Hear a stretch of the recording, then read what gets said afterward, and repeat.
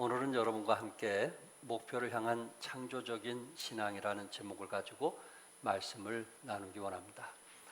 미국의 28대 윌슨 대통령은 우리는 꿈에 의해 성장한다.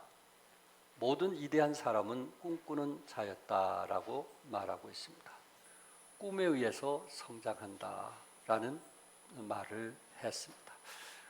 그런데 미국의 또한 성공학의 권위자인 나폴레옹 힐 박사는 99%의 사람들이 분명한 목표를 갖지 못하고 살고 있는 현실은 현대 문명사의 최대 비극이다, 이런 말을 했습니다. 99%. 혹시 우리 가운데도 목표 없이 그냥 사시는 분이 있지 않는가? 영적인 목표가 분명하게 있어야 삶의 변화도 있고 성장이 있는데 그냥 되는 대로 혹시 사는 사람이 있지 않는가? 오늘 이 말씀을 통해서 우리도 목표를 향한 창조적인 신앙의 생활을 할 수 있기를 바랍니다. 특별히 사도 바울은 많은 그리스도인을 잡아 가두기도 하고 또한 고문을 가하기도 했고요. 참 이렇게 악한 일을 많이 하는 포악한 사람이었습니다. 어느 날 역시 그리스도인들을 잡으려고 다메섹 도상까지 가게 되었을 때 그곳에서 예수님을 만나게 되었고 햇빛보다 더 강한 빛을 받으면서 앞으로 꼬꾸라지게 되었습니다. 그 순간 그는 새로운 피조물로 변화가 되었고요. 또한 마지막 생애까지 모든 것을 배설물로 버리고 새로운 창조적인 목표를 향해서 나아갔던 것입니다. 오늘 사도 바울은 어떤 삶을 살았는가 하는 것을 좀 같이 나누기 원하는데, 첫째, 창조적인 목표가 있는 사람은 쫓아가야 한다는 것입니다. 그것을 잡으려고 달려가야 한다는 것입니다. 우리 12절 말씀 같이 한번 읽겠어요. 다 같이 시작. 내가 이미 얻었다 함도 아니요 온전히 이루었다 함도 아니라 오직 내가 그리스도 예수께 잡힌 바 된 것을 잡으려고 달려가노라. 잡으려고 뭐 한다 그랬어요? 달려가노라. 우리는 이미 얻었다는 교만한 마음을 가져서는 안 될 것입니다. 창조적인 목표를 향해서 앞으로 달려가야만 할 것입니다. 거룩한 불만을 가지고 창조적인 목표를 향해서 쫓아가는 것입니다. 때때로 우리가 신앙생활 하다 보면은 중도에 머뭇거리는 경우도 있고요. 아예 이것이 만성이 되어서 만족하며 안전지대에 주저앉아서 사는 사람도 없지 않아 있을 것입니다. 세계적인 유명한 화가였던 레오나르도 다빈치는 쇠는 쓰지 않으면 녹이 씁니다. 물은 고이면 본래의 깨끗함을 상실하며 썩어버리고 맙니다. 마찬가지로 태만은 우리 마음의 활기를 앗아갑니다. 태만은 우리 마음에, 교만은 우리 마음의 활기를 앗아간다는 말입니다. 안주하면서 신앙생활을 하려고 하는 사람은 결국은 우리 마음의 활기를 잊고 살아갈 수 있다라는 말입니다. 그러므로 여러분과 제가 창조적인 목표를 가지고 참 주님을 바라보면서 사도 바울처럼 달려갈 수 있는, 쫓아갈 수 있는 신앙생활이 될 수 있기를 바랍니다. 경주하는 사람이 자기의 기록으로 만족하다면 더 이상 발전이 없을 것입니다. 잠시 자만에 빠지면 자신의 기록마저도 무너질 수 있을 것입니다. 그러므로 선수들은 자만이 금물입니다. 이처럼 우리 그리스도인도 뭐가 금물이에요? 자만이 금물입니다. 바울은 고백하기를 내가 이미 얻었다 함도 아니요 온전히 이루었다 함도 아니라고 했습니다. 물론 겸손일 수도 있지만 사도 바울의 솔직한 고백인 것을 보게 됩니다. 사도 바울은 그리스도와 부활의 권능과 고난의 동참함을 마음으로 더욱 알기를 원했고요. 그리고 그 경지에 이르지 못함을 솔직하게 고백하고 있습니다.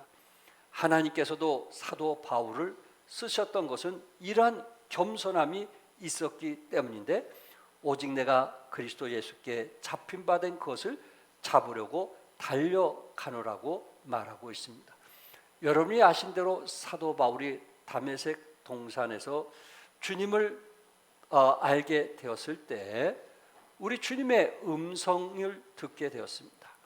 사도행전 9장 15절에 주께서 이르시되 가라, 이 사람은 내 이름을 이방인과 임금들과 이스라엘 자손들에게 전하기 위하여 택한 나의 그릇이라.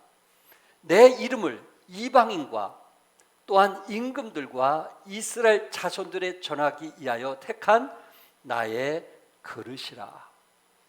이것이 어찌 사도 바울만 택한 그릇이겠어요? 여러분과 저를 주님께서 구원해 주신 것은 선한 일을 하시기 위해서 하나님께서 부르셨고, 또한 복음 전도자로 삶을 살라고 하나님께서 우리를 부르신 것을 믿습니다. 사도 바울은 그가 처음 예수 믿게 되었을 때 30대 초반에 예수님을 믿고 구원받게 되었을 때 그때 마음이나 60이 넘어서나 그의 마음이 변하지 아니하고 정말 달려갈 길을 마칠 때까지 끝까지 달려가는 바울의 모습을 보게 됩니다. 사도 바울은 오늘 빌립보서를 기록할 때 예수님을 믿은 지 거의 30년이 된 오랜 경륜을 가진 영적 거장이었습니다. 그는 세 차례나 소아시아와 동유럽 지역을 돌며 선교 여행을 했고요, 수많은 교회를 세웠으며 보통 사람이 상상할 수 없는 영적 경험을 했던 사람입니다. 고린도후서 12장에서는 셋째 하늘에 끌려 올라가서 신비한 영적인 체험도 했다고 했습니다. 그러한 사도 바울이 자신에 대해서 뭐라고 얘기하고 있어요? 내가 이미 얻었다 함도 아니요 온전히 이뤘다 함도 아니라. 오로지 앞을 향해서 달려갔던 사도 바울. 다른 번역에서는 내가 완전한 인간이 되었다고 말하려는 게 아닙니다. 나는 아직도 배워야 할 것이 많습니다. 다만 나는 그리스도께서 왜 나를 구원해 주셨는가를 깨달아 그리스도께서 내게 바라는 사람이 될 그날을 향해서 계속 노력할 뿐입니다. 내가 바라는 사람이 될 그날을 향해서 계속 노력할 뿐입니다. 어떻습니까? 우리는 노력하고 있습니까? 계속 자신의 성장을 위해서 계속 달려가고 있느냐 하는 것입니다. 그리스도께서 자신에게 바라는 사람이 아직도 되지 않았다는 것을 바울은 인정하면서 계속 앞을 향하여 달려갔던, 멈추지 아니하고 정말 주님께 잡힌 바 된 그것을 잡으려고 달려갔던 바울의 신앙을 보게 됩니다. 여러분이 잘 아시는 2002년도 우리나라 축구 월드컵은 4강의 기적을 이루었습니다. 그때 감독이었던 히든크는 이런 말을 했습니다. 나는 아직도 배고프다. 여러 나라에서 감독 생활을 했던 히든크는 한국에 와서도 나는 아직 배고프다라는 말을 했습니다. 그의 마음속에 거룩한 불만족이 있었다는 것입니다. 결국 4강의 신화를 이룰 수 있게 된 것입니다. 사랑하는 성도 여러분, 여러분에게도 정말 영적인 배고픔이 있나요? 육적인 배고픔에 대해서는 민감하면서 또한 자녀들의 어려움에 대해서는 민감하면서 나의 영적인 배고픔에 대해서는 민감하신가요? 사도 바울은 내가 그리스도 예수께 잡힌 바 된 것을 잡으려고 했는데 예수께 잡힌 바 된 것을 잡으려고 했는데 예수께 잡힌 것이 뭐예요? 체포되었다는 말입니다. 사도 바울은 누구에게 체포된 사람이에요? 예수님께 체포된 사람입니다. 가끔 웃자는 말로 가정을 평화롭게 하기 위해서 저는 아내에게 잡혀 삽니다 라는 말을 합니다. 아내에게 잡혀 삽니다. 그럴 수도 있겠죠. 그러나 사도 바울은 아내에게 잡혀 사는 사람이 아니고 누구에게 잡힌 사람이에요? 예수님에게 잡힌 사람이었어요. 예수님에게 잡힌 바 되었다는 말입니다. 그래서 사도 바울은 죽음도 두려워하지 않는, 주님에게 잡힌 바가 되었기 때문에 늘 자신만만했고 담대했고 죽음도 두려워하지 않는 삶을 살 수 있었던 것입니다.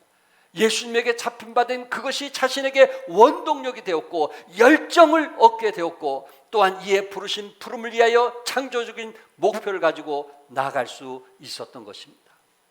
창조적인 목표를 가지고 살아가는 사람들은 안주보다는 도전적인 신앙인으로서 하늘의 소망을 바라보면서 나아갈 것입니다. 저는 제 자신에게도 또한 종암성서침례교회 나이 드신 분들에게도 개인적으로 보고 싶은, 또한 그의 삶 속에서 무언가 보고 싶은 그런 배고픔이 저에게 있습니다. 성경은 우리의 겉사람은 낡아지나 후패하나 우리의 속사람은 날로 새로워진다고 그랬어요. 우리의 몸은 늙어가지만 우리의 속사람은 날로 뭐해진다고요? 새로워진다. 그래서 우리 연세 많으신 분들이 정말 속사람은 날로 새로워지고 있는가, 거기에 대한 기대가 있다는 말입니다. 신앙생활의 연수가 오래면 오래일수록 제 마음속에 그 속사람이 날로 새로워지는가 하는 기대가 있다는 것입니다. 그의 마음속에 거룩한 불만이 있는가라는 것을 보고 싶은 것입니다. 우리 종안교회에서는 많은 모친님과 또한 부친님들이 주님 품 안에 가셨습니다. 여러분들이 그 사람들을 한번 생각해 보시기 바랍니다. 그분들이 나이가 드시면서 속사람이 날로 새로진 모습을 보셨나요? 그 사람들이 자신의 영적인 성장을 위해서 몸부림치는 것을 보셨나요? 물론 소수이겠죠. 그러나 자신의 영적인 신앙생활을 위해서 나이와 관계없이 몸부림쳤던, 자신의 성숙을 위해서 계속 말씀과 경건의 힘을 가졌던 그러한 우리 사랑하는 식구들의 얼굴을 저는 기억하고 있습니다. 박상철 서울대학교 의과대학 교수가 체력과학 노화연구소를 차리고 조선일보와 같이 전국을 다니며 취재를 했습니다. 이분이 취재할 때 우리나라에 100세 이상이 되는 분이 150여 명이 되었다고 합니다. 150명인 100세인을 전부 인터뷰한 결과 장수의 요인은 유전이 아니라 생활 양식이나 환경이 중요하다는 결론을 내렸습니다. 100세가 넘으신 분들을 보니까 치매에 걸리지 아니했고, 참 그분들이 그 100세가 넘어서도 신문을 읽을 정도였고 성경을 볼 정도였고 불편함 없이 활동하는 분들이었다고 합니다. 그런데 이들과 조사 속에서 나타난 것이 있었는데, 그것이 뭐냐면은 대부분 가족들과 좋은 관계를 가졌고요, 또한 며느들에게 인정을 받는 그러한 부모였고요, 고부간에 갈등 없는 삶을 살았다는 말입니다. 그렇구나. 장수하는 사람은 어떤 사람인가? 한마디로 관계가 좋았다. 관계. 며느리가 되었던 고부간에 갈등이 있던 그 관계를 잘했던 사람들이 장수했다는 말입니다. 이처럼 여러분과 제가 우리의 배고픔이 뭘까요? 우리의 성장의 배고픔이 뭘까요? 그것은 그리스도의 마음을 닮아가는 것 아니겠어요? 우리 주님께서 내게 배우라고 한 말씀이 뭐였을까요? 내 마음은 온유하고 뭐하니? 겸손하니 내게 배우라고 말씀하고 있어요. 우리가 그리스도 안에 살아가면서 참 영적인 배고픔, 또한 인간관계 속에서 계속 추구해야 될 것이 무엇일까요? 그것은 겸손한 마음이요, 온유한 마음이 아닐까요? 사람과 사람의 관계가 더욱더 원만해지는 그런 그리스도인의 모습 아닐까요? 영적으로 충성하는 모습, 또한 최선을 다하는 모습, 이런 일로 해서 날마다 새로워질 수 있는 여러분과 제가 될 수 있기를 바랍니다. 어느 유명한 축구 선수에게 기자가 마이크를 내밀며 하루에 몇 시간이나 연습을 하십니까? 라고 물었더니 그 선수는 공을 차고 있는 시간이 대부분이고 공을 안 차면 축구에 대해 이야기를 하고요, 또 축구에 대해 이야기를 안 하면 축구에 대해 생각을 합니다. 축구 선수는 오로지 뭐에 대해만 얘기하는 거예요? 축구에 대해서만 얘기하는 거예요. 그래야 모든 사람이 우러러 볼 수 있는 그러한 축구 선수로서 나오게 되는 것입니다. 이처럼 성숙한 그리스도인은 그냥 되는 게 아니에요. 매사에 주님을 생각하고 하나님이 기뻐하시는 일을 생각하고 하나님의 뜻을 생각하면서 살아가는 사람, 영적인 성장의 배고픔을 가지고 마지막까지 내가 끝까지 달려가겠다라는 믿음을 가지고 살아가는 사람들에게는 그리스도의 형상을 닮아가는 성장이 있다라는 말입니다. 그러므로 성도 여러분, 그리스도 안에서 자만하지 않기를 바랍니다. 그리스도 안에서 교만하지 않기를 바랍니다. 우리의 삶 속에 항상 겸손함을 보여줄 수 있기를 바라고, 또한 주님을 닮기 위해서 애쓰는 그런 모습을 이웃들에게, 자녀들에게 보여줄 수 있는 신실한 그리스도인들이 되어주시기 바랍니다. 두 번째는, 창조적인 목표가 있는 사람은 뒤의 것을 잊어야 합니다. 우리 13절 같이 한번 읽겠어요. 다 시작. 형제들아, 나는 아직 내가 잡은 줄로 여기지 아니하고 오직 한 일, 즉 뒤에 있는 것은 잊어버리고 앞에 있는 것을 잡으려고 라고 말씀하고 있습니다. 여기서 잊어버린다는 것은 단순한 망각보다는 과거에 의하여 더 이상 지배를 받지 않는다는 것입니다. 과거를 지배받지 않기 위해서는 과거에 대한 냉정한 결산이 필요합니다. 사도 바울은 모든 것을 배설물로 여겼다고 했는데 이 말은 전에 무척 자랑스럽게 여기고 집착하며 그것을 위해 생을 바쳤던 모든 것을 이제는 내 신앙의 진정한 성숙을 위해서 미련 없이 버리겠다는 포기의 결단입니다. 우리는 과거에 잘못을 집착하면 좌절과 낙심으로 인하여 일을 할 수가 없습니다. 또한 과거에 잘한 것을 집착하면 교만과 자만할 수밖에 없습니다. 괴테는 이런 말을 했어요. 죽은 과거는 죽은 채로 묻어두라. 죽은 과거는 죽은 채로 뭐하라고요? 묻어두라. 어떻게 과거를 잊어버릴 수 있겠습니까? 과거에 있는 것이 내 마음의 상처로 남아있는데 어떻게 과거를 잊어버릴 수 있다는 말입니까? 여기서 잊어버린다는 말은 과거가 더 이상 내게 영향을 주지 못하게 한다는 것입니다. 과거가 더 이상 나를 다스리거나 지배하거나 억누르지 못하게 한다는 말입니다. 수많은 그리스도인들이 과거에 실수한 것들을 계속 마음속에 생각하며 죄책감에 휩싸여 지내는 경우들이 있습니다. 과거에 집착해 있습니다. 과거의 죄의식, 과거의 슬픔, 과거의 원망, 과거의 상처 등에 매여 오늘을 살면서 더 나은 미래를 만들어가지 못하는 사람들이 있다는 것입니다. 사탄이 쓰기를 즐겨하는 수법이 우리를 과거에 묶어두고 집착하게 하는 것입니다. 더 이상 미래에 성숙하지 못하도록 만드는 것입니다. 이사야 43장 25절에 내 죄를 기억하지 아니라고 하나님께서 우리에게 약속하셨습니다. 그 말은 과거의 죄가 현재 하나님과의 관계에 어떤 영향도 미칠 수가 없다는 말입니다. 사도 바울은 자신의 과거가 현재 삶에 부정적인 영향을 미치지 못하도록 과거를 잊겠다고 말씀을 했습니다. 과거의 실패뿐 아니라 과거의 성공도 잊어야 합니다.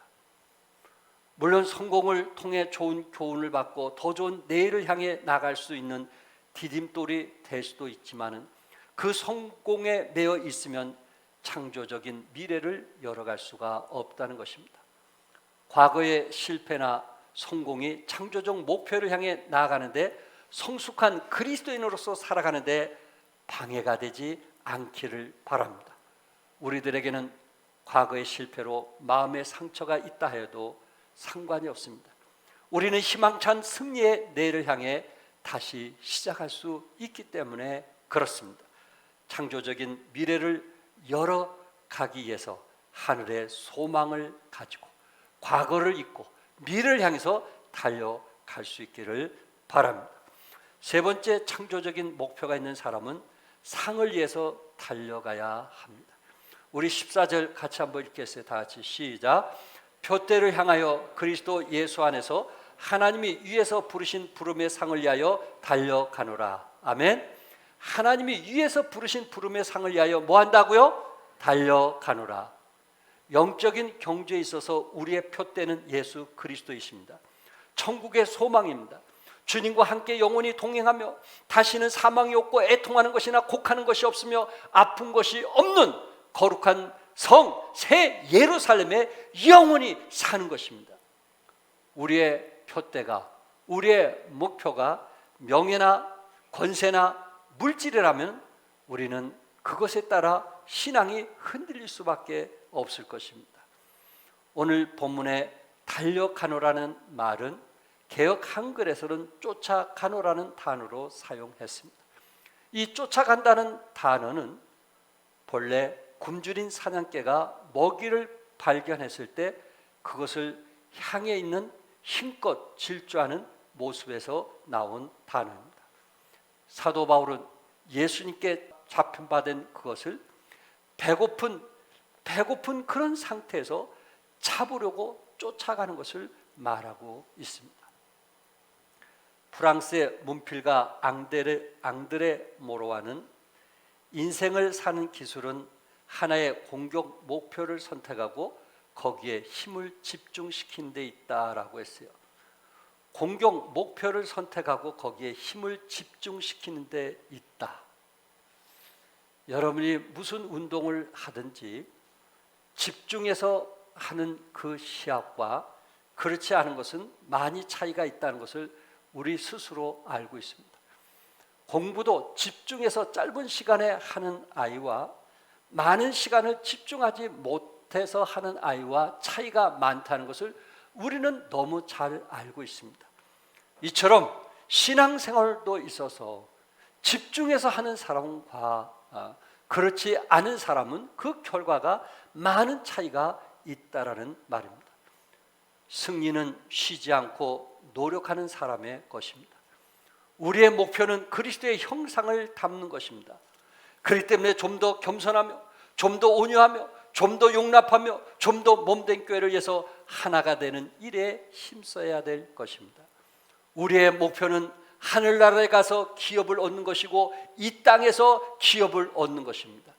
충성한 자들에게 하나님께서는 기업을 약속하셨습니다. 이 땅에서도의 형통을 약속했고 하늘에서도 하나님께서 기업을 약속하셨습니다. 충성된 자에게만 하나님께서는 반드시 면류관을 주시겠다고 말씀을 했습니다. 히브리서 3장 14절에 우리가 시작할 때 확신한 것을 끝까지 견고히 잡고 있으면 그리스도와 함께한 자가 되리라. 여러분과 제가 확신한 것을 끝까지 견고히 잡고 있으면 누구와 함께 참여한 자가 돼요? 그리스도와 함께 참여한 자가 돼요. 우리 주님은 하나님 보좌 우편에 계십니다. 여러분과 저도 우리 주님이 계신 곳에 동참하게 될 것입니다. 다윗은 열왕기상 2장 2절에서 내가 이제 세상 모든 사람이 가는 길을 가게 되었노니, 다윗은 솔로몬에게 뭐라 했어요? 내가 이제 세상 모든 사람이 가는 길을 가게 된다. 그 공동체에 다윗도 가게 될 것을 말하고 있어요. 여러분, 다윗이 가는 공동체 우리가 가지 못한다면 그보다 슬픈 일이 어디 있겠어요? 주님이 가신 그곳에 우리가 가지 못한다면 그보다 슬픈 일이 어디 있겠어요? 공동체에 가서 우리 주님께서 주시고자 하는 면류관을 받아야 되는데 우리가 공동체에 함께 가지 못한다면 그보다 슬픈 일이 어디 있겠느냐 하는 거예요. 야곱은 창세기 49장 29절에 유언을 하면서 요셉에게 이런 말을 했어요. 내가 내 조상에게로 돌아가리라. 내가 내 조상에게로 뭐 한다 그랬어요? 돌아가리라. 우리가 이런 신앙 확신 없이 어떻게 살 수 있겠어요? 내가 분명히 돌아갈 곳이 어딘가, 이런 것이 분명하지 않고 목표가 분명하지 않고 살아간다면 그보다 어리석은 일이 어디 있겠느냐 하는 거예요. 마태복음 23장 37절에 예수님께서 십자가에 달려 돌아가실 때 그 겟세마네 그 길을 걸어가실 때 많은 여인들이 눈물을 흘리고 울었던 거 우리는 기억하십니다.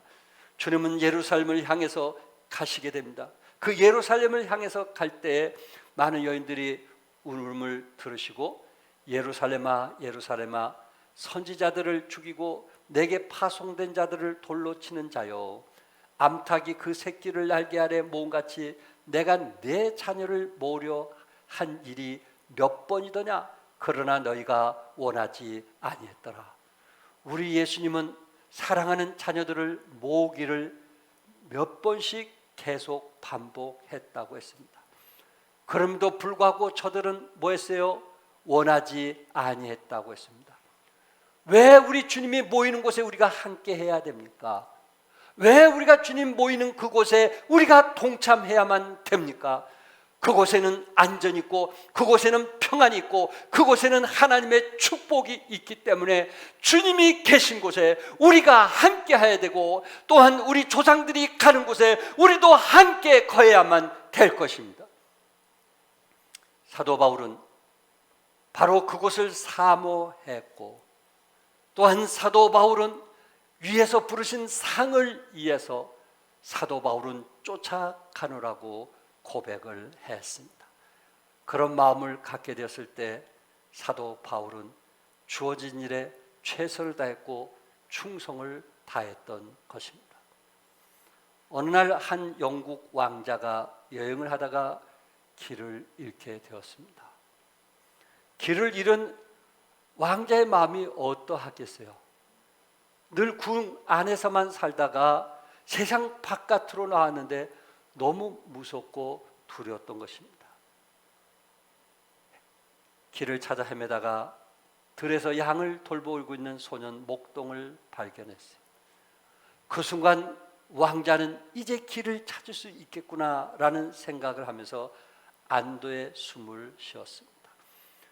그리고 소년 목동에게 다가가서 물었습니다. 어이 소년, 내가 지금 길을 잃었는데 내게 길을 안내해 줄 수 있겠는가? 그때 소년은 죄송하지만 안 됩니다. 저는 이 양들을 돌봐야 합니다. 저희 주인께서 이 양들을 제게 맡기셨으므로 제게는 책임이 있습니다. 이 말을 들은 왕자는 약간 놀라면서 다시 말했습니다. 자네, 내가 누구인지 아는가? 나는 이 나라의 왕자일세. 자네가 이렇게 하루 종일 양을 돌보면 얼마의 보수를 받나? 나를 길 있는 곳까지만 인도해 주게. 그러면 자네가 받는 보수의 1년치를 주겠네. 그럴 때 역시 목동은 그럴 수 없습니다. 저는 이 양들을 돌볼 책임과 의무에서 벗어날 수 없습니다. 이 말을 듣자 왕자는 화가 치밀어 올라 뒷주머니에 권총을 꺼냈습니다. 그리고 총을 그 소년의 목동의 머리에 향해 겨누고 소리를 쳤습니다.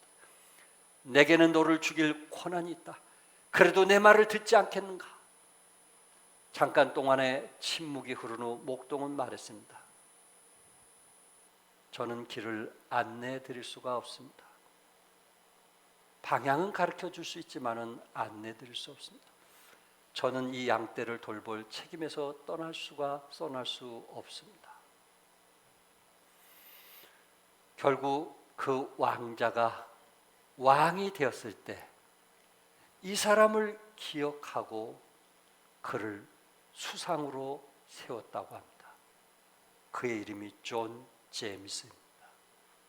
자기 일에 충성한 사람에게 상을 주었던 것입니다. 사랑하는 성도 여러분, 우리는 일이 크건 적던 우리는 주님 안에서 충성할 수 있기를 바랍니다. 네가 죽도록 충성하라. 그러면 생명의 멸류관을 내게 주리라. 예배에도 충성하십시오. 경건의 삶에도 충성하십시오. 또한 주어진 일에 최선을 다하시기 바랍니다. 열흘 전에 영국 탐험대가 세계에서 제일 높은 에베레스트 산 정복을 시도했습니다. 그들은 약 700m 아래에 거점을 마련하고 그리고 700m만 올라가면은 그들이 지금까지 평생 소원이었던 에베레스트 산을 정복할 수가 있었습니다. 그 중에 마눌과 얼바니는 정상을 향해서 출발했습니다. 그 정도면은 몇 시간 후에 정복할 것을 확신하고 그 두 사람은 즐거움으로 뛰쳐 올라갔습니다. 그러나 그 후에 소식이 없었던 것입니다. 후에 런던 타임즈에 이렇게 실렸습니다. 마지막으로 본 그들은 정상을 향해 전진하고 있었다. 마지막으로 본 그들은 정상을 향해 전진하고 있었다. 그들의 마지막 모습은 어디에서 떨어져 죽은 모습이 아니라 앞에 정상을 향하여 전진하는 모습이었다. 바로 이것이 우리 그리스도인의 모습이 되어야 되지 아니할까요?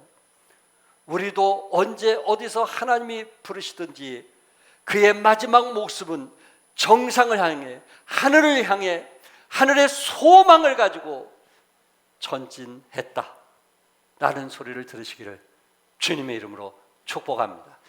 기도하겠습니다.